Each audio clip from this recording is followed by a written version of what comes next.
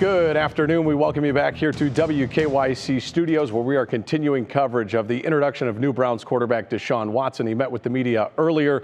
He was joined by Andrew Berry and Kevin Stefanski. Right now, we take you to a Zoom press conference with owners Jimmy and Dee Haslam. Okay, good afternoon, and thanks for taking the time to spend with us this afternoon. Dee and I are very sorry that we...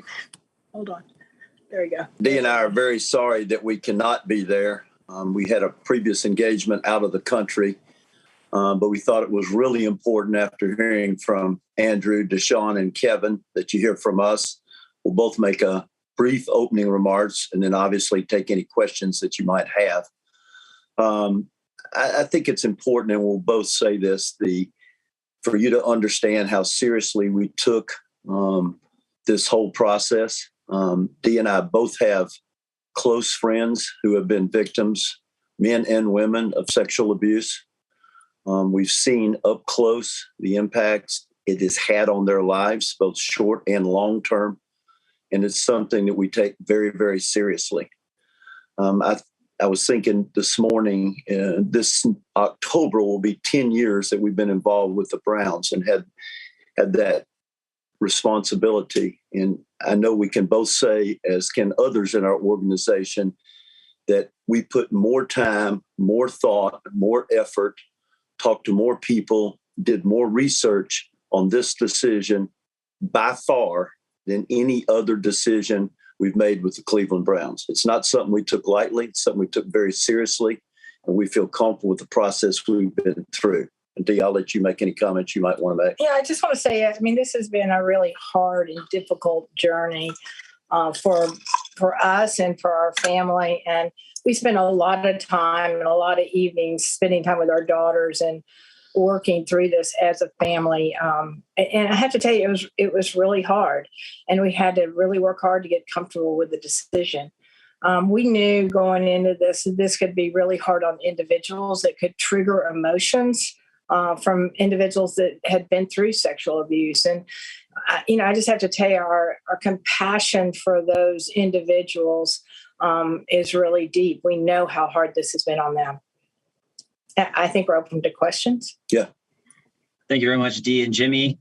As we head into questions, as reminders, we typically operate. We'll ask everybody to raise their hand. We'll get to as many people as possible, but given the number of media in the room, please understand we may not get to every question.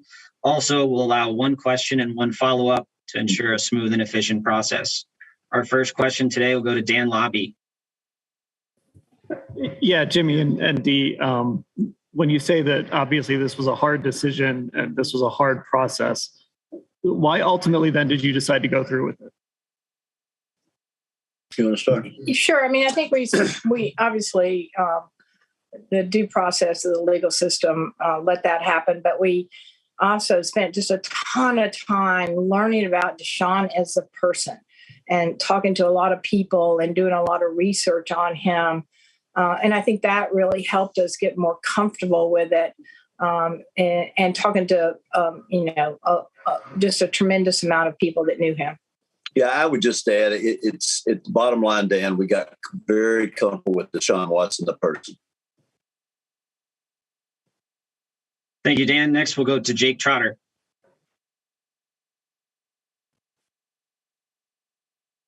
Jake, you're on mute. If you can go ahead and try to hit unmute one more time, please.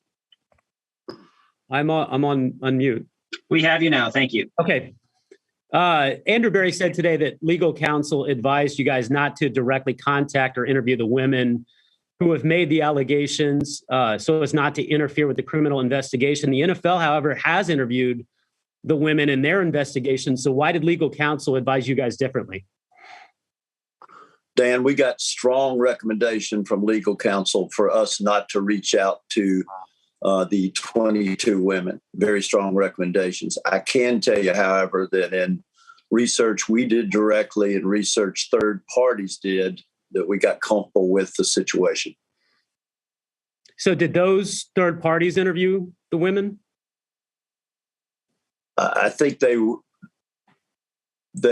were able to read depositions and do a tremendous amount of work to where we became comfortable as an organization. But you are aware some of the women haven't given depositions yet. I'm not familiar with exactly how many have given. I'll just state what we said, Jake, that we got comfortable with the process and obviously the legal process that was involved with Deshaun. Thanks, Jake. Daryl Ryder, you're up. Yeah, I have a question for each of you. First, Jimmy. Rusty Harden, who has been defending Deshaun, if my memory serves me correctly, he was also involved in the pilot situation as well. How much impact did that have in assisting you guys in your background on Deshaun? Yeah, we knew Rusty just a little bit from the pilot situation, and obviously spent a tremendous amount of time with he and his legal team as we worked through the process with Deshaun. A question for Dee. You guys not only are owners of the team, and this is a business decision, but you're also stewards of one of the league's most great franchises. To bring someone in like Deshaun, who has this hovering over him, and it's not clear if he'll ever be able to kind of get beyond this. Just from your perspective, I know you said you put a lot of thought into it and how difficult it was on you guys to ultimately make this move. But could you maybe provide a little more clarity and context of just, what you guys weighed in making this decision? Because, there are some fans that no matter what are not going to believe Deshaun is innocent, even though he says he's innocent in that. So if you could just touch on that aspect. Yeah, I'll just say again, we got really comfortable with Deshaun as a person, studying his background, spending time with people he knew, and speaking with Deshaun. I mean, he is, a community guy. He wants to be involved in the community, and I think he will work really hard to gain trust in the community and within our organization. I think just to add too is that we as a family, we as ownership, we as an organization understood this was going to be difficult, that there would be a lot of people who were not comfortable with it. Understand it will take time. People may never get over it, but here again, we're confident in Deshaun and in the organization that over a period of time, he'll be able to gain their trust. Thanks, Daryl. Nate Ulrich has our next question.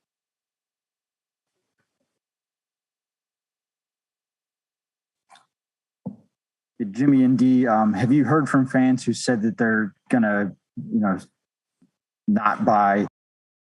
Have you guys gotten a lot of that type of feedback, and do you think that this will significantly put base moving forward? Nate, we haven't seen numbers in the last couple of days. The last time we looked, and it's a little misleading because the renewal date, I think, ends Friday, and so there's a rush, but there are way more people renewing than canceling tickets.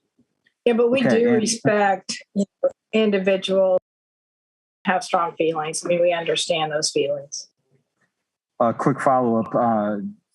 We know that there was another grand jury that gathered this week and declined to indict Deshaun. Do you expect that to continue? Are you guys bracing juries to convene in other counties and other states, and for this to be something that's constantly hanging over your head and Deshaun's head? That's hypothetical, so we don't know. We trust the legal process and due process. Ready to move forward. Thank you, Nate. Mary Kay Cabot, you're up.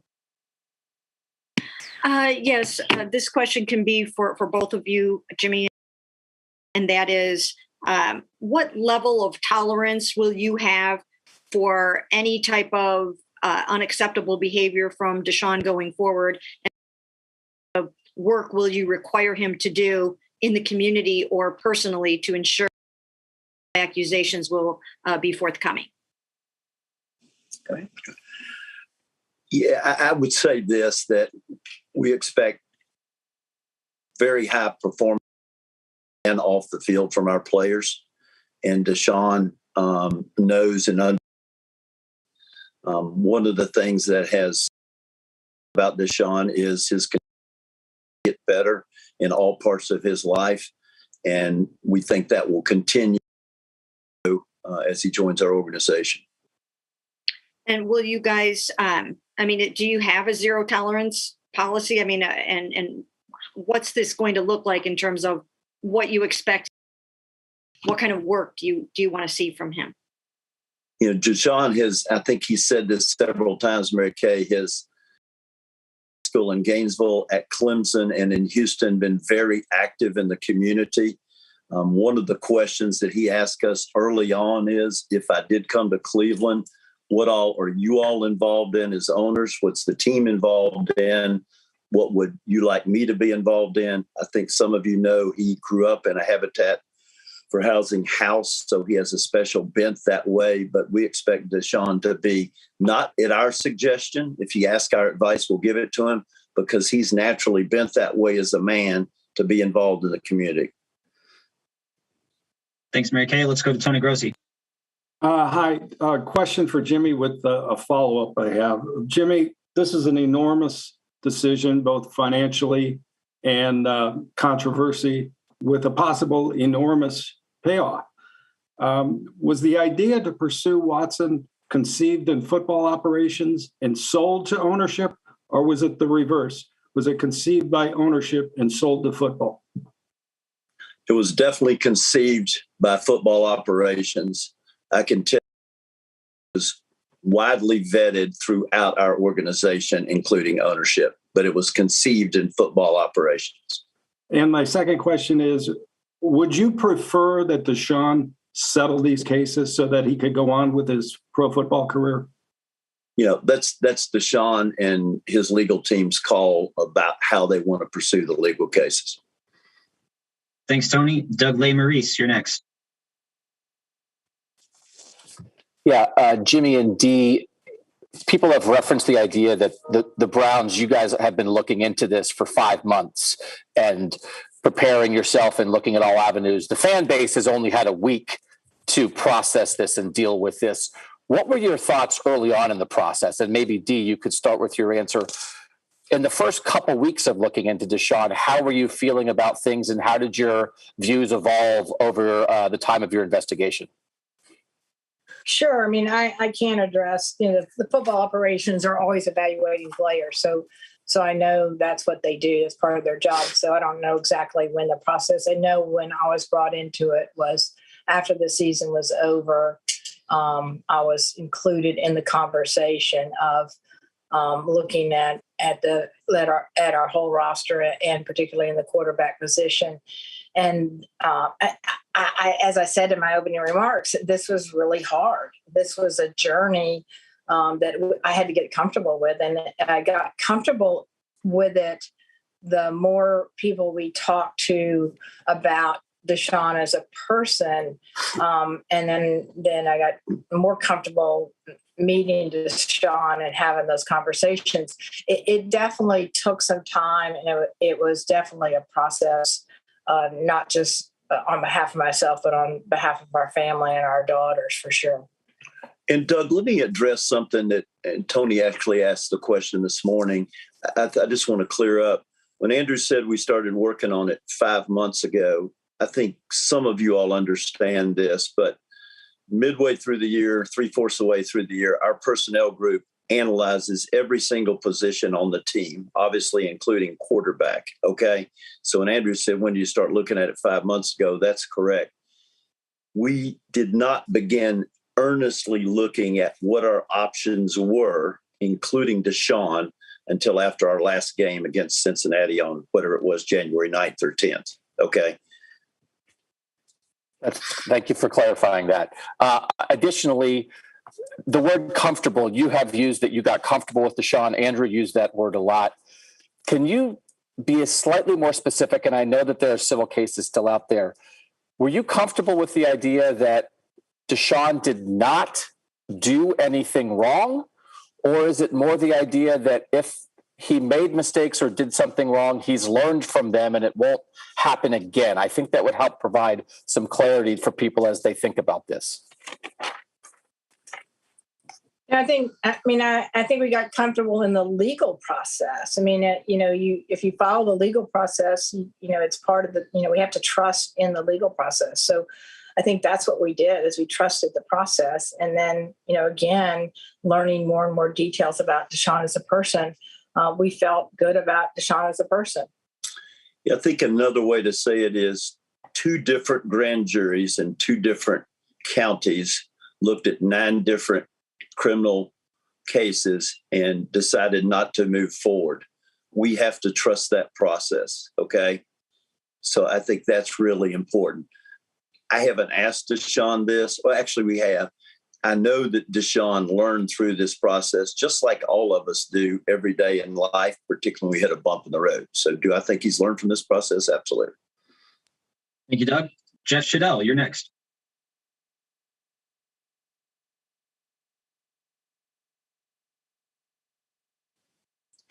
I'm going to ask, Jimmy, did you guys try really hard to patch things up with Baker Mayfield? And this is my second, well, actually, I'm on first place. Did you really try hard to patch things up with Baker before this happened? Yeah, contrary to what is out there in the press, we think highly of Baker. And did not get down on him. And I know there's a statement that we needed an adult in the room, and Baker felt that came from ownership, but that's not true. And Baker gave it everything he had while he was here. Nobody could question his effort this past year, and nobody could question the 4 years he gave to the city of Cleveland. And we wish him nothing but the best of luck. And the second question was, at first, Deshaun Watson says no, and then you come back with $230 million. Did you have to make that record commitment to get him to come here? Well, I guess that's really a question for Deshaun, right? And he seemed to say no. I will say this on behalf of Deshaun. I think maybe he struggled a little bit with the weather and how far it was away from home. And it took a period of time to get him comfortable with that. Thanks, Jeff. Let's go to Marla Reinauer. Yeah, it doesn't really matter to me who answers this, but Deshaun said he doesn't think he needs counseling and he has no regrets. I mean, I wonder if you would encourage him to still kind of work on this, somehow, even with what he said. Well, I think we'll leave that up to our medical personnel, but I do think, I personally believe in counseling for everybody. I think there's at times in your life you need that, and he's been through a tremendous amount, and it would probably be beneficial. But I'm going to leave that up to the experts. It's not that's not something I'm an expert in, but I would hope that that's something that he would consider. We have great resources with the Browns, with University Hospital, to help Deshaun or anybody else in our organization, player or non-player, with anything they want help with. Thank you, Marla. Next question will be from Peggy Gallick. Yes, thank you so much. And thank you for taking our questions. I know you said that you got comfortable with Deshaun. Does this mean that you do not believe the 22 allegations from the women? Yeah, I think we would just say what we said earlier, and that is we trust the legal process. And I think due process does exist in our country. And the extensive amount of time that we spent researching him led us to make the decision we made. Thanks, Peggy. Cam Justice is next. Hi there. This is for either of you. When you're moving forward with the allegations still ongoing, and you have to weigh into the fans' opinions and how they are feeling from this, what does the future look like for your organization addressing things like sexual violence? I know that you have been advocates for organization, but moving forward specifically with now these allegations surrounding your team, how does the future look for you moving forward with that? I think we're going to continue to be involved in the community. I think sexual abuse is a topic that is a really important one in our country.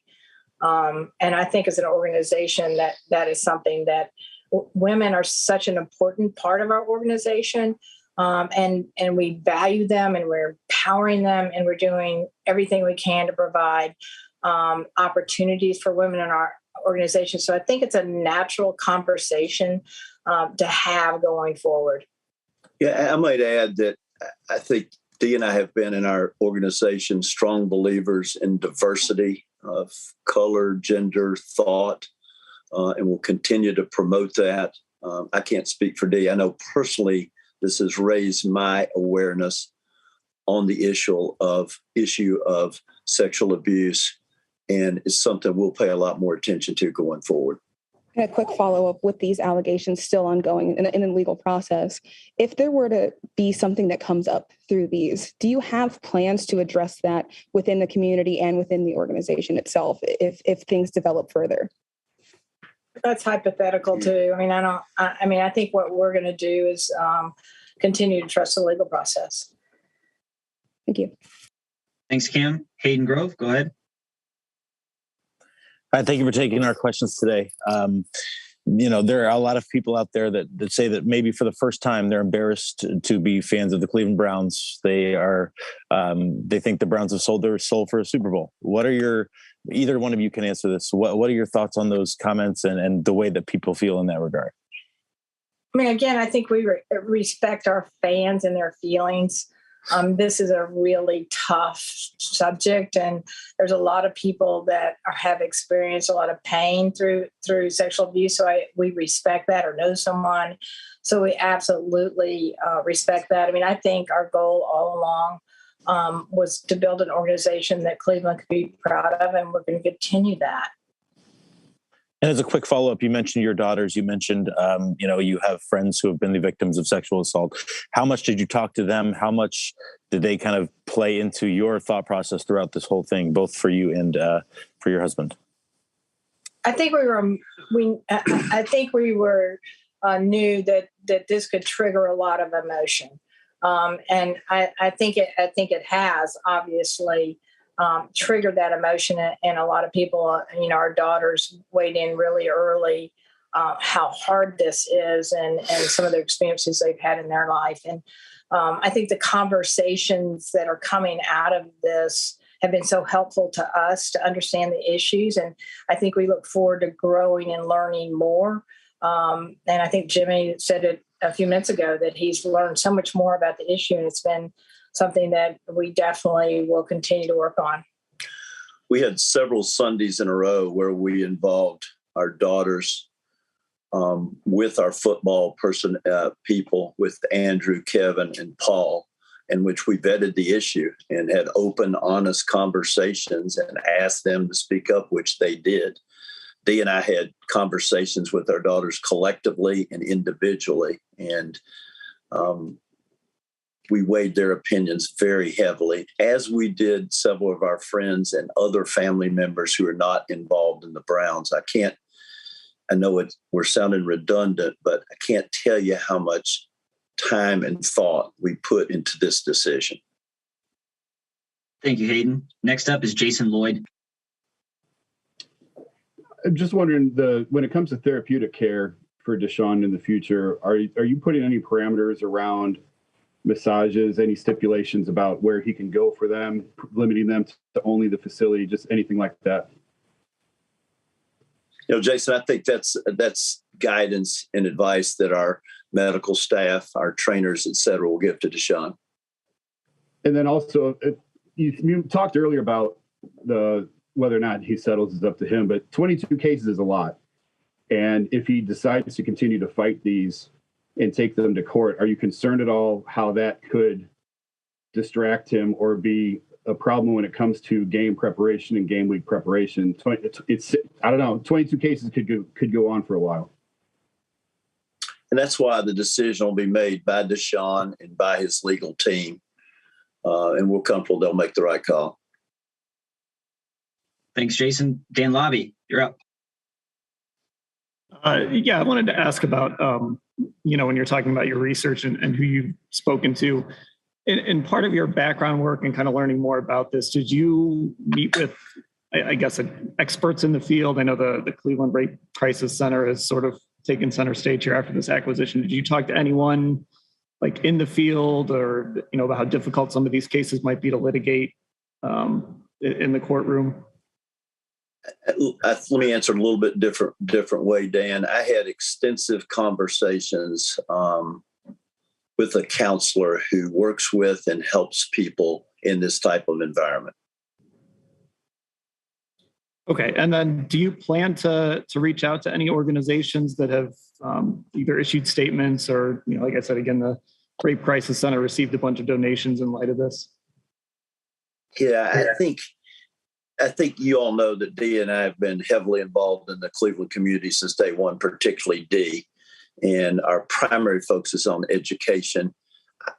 I think it would be shallow to us to rush to judgment and say, yeah, we're going to do that. I think we'll, like as I personally said, this has raised my awareness. So I think we'll give a lot of time and thought into, are these organizations will give not only time to, but potentially financial resources. Thanks, Dan. We have time for one more question. Nate Ulrich. You guys said that you had conversations with your daughters and weighed their opinions heavily. Did any of them beg you not to do this?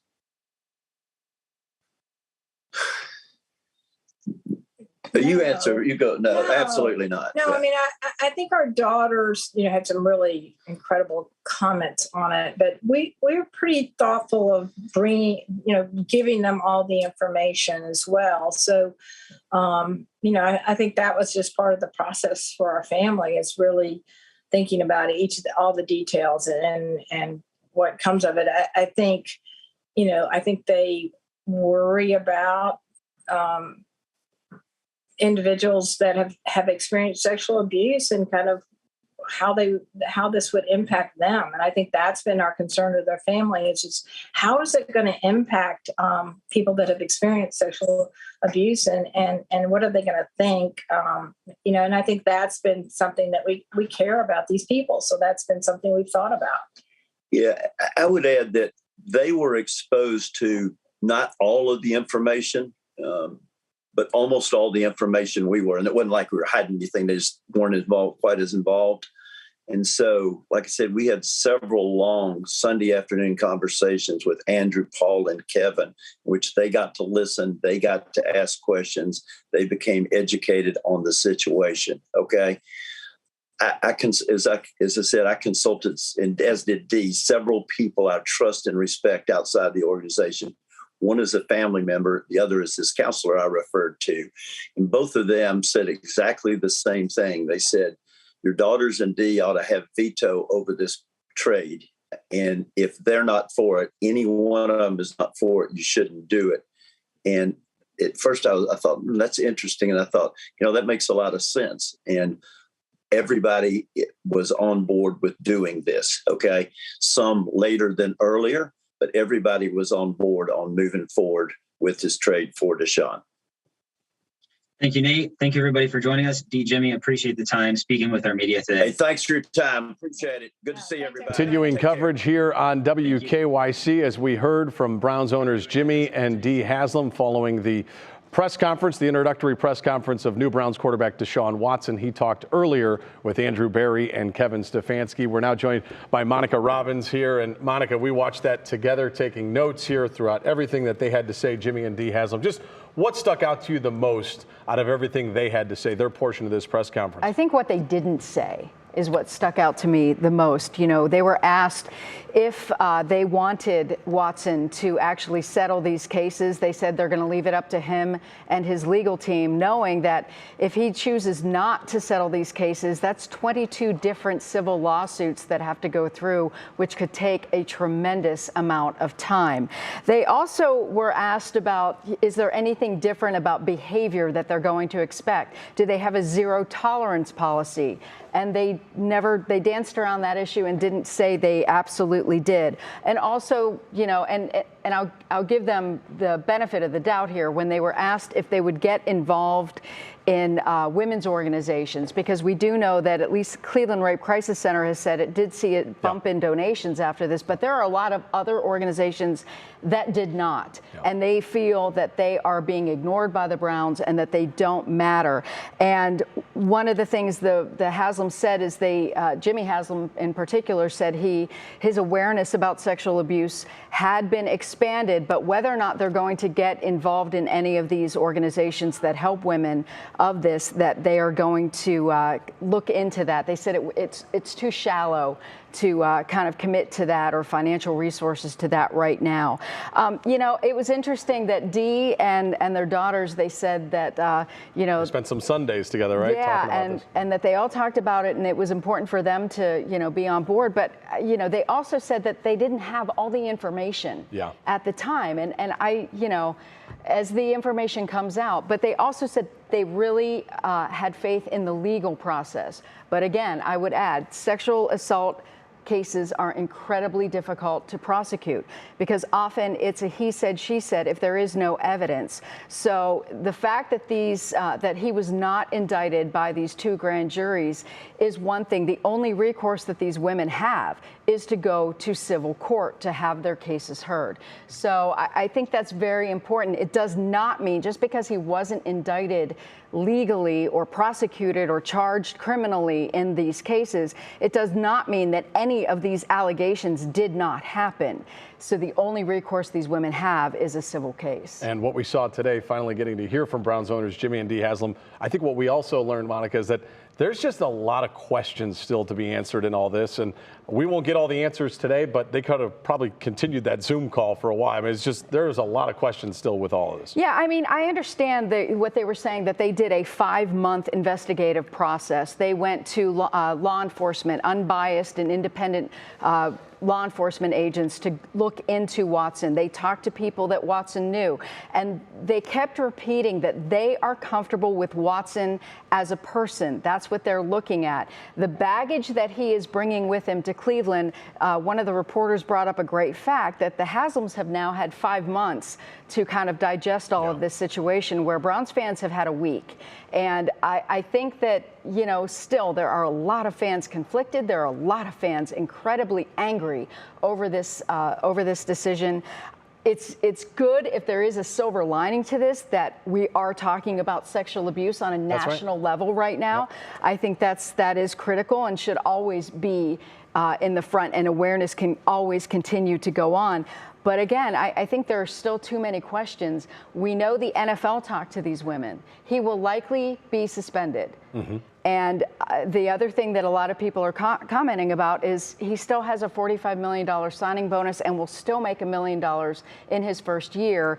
And that money doesn't change despite whether or not he gets suspended. And a lot of people saying, what message does that send? Exactly. Absolutely. All right, coming up, we will have more team coverage on everything surrounding Deshaun Watson, from hearing from the Browns, fan reaction to today's meetings, the legal battle breakdown. We will have all of it for you at 5, 6, and 7 here on WKYC. That's going to do it for our coverage. We're back to your regularly scheduled programming.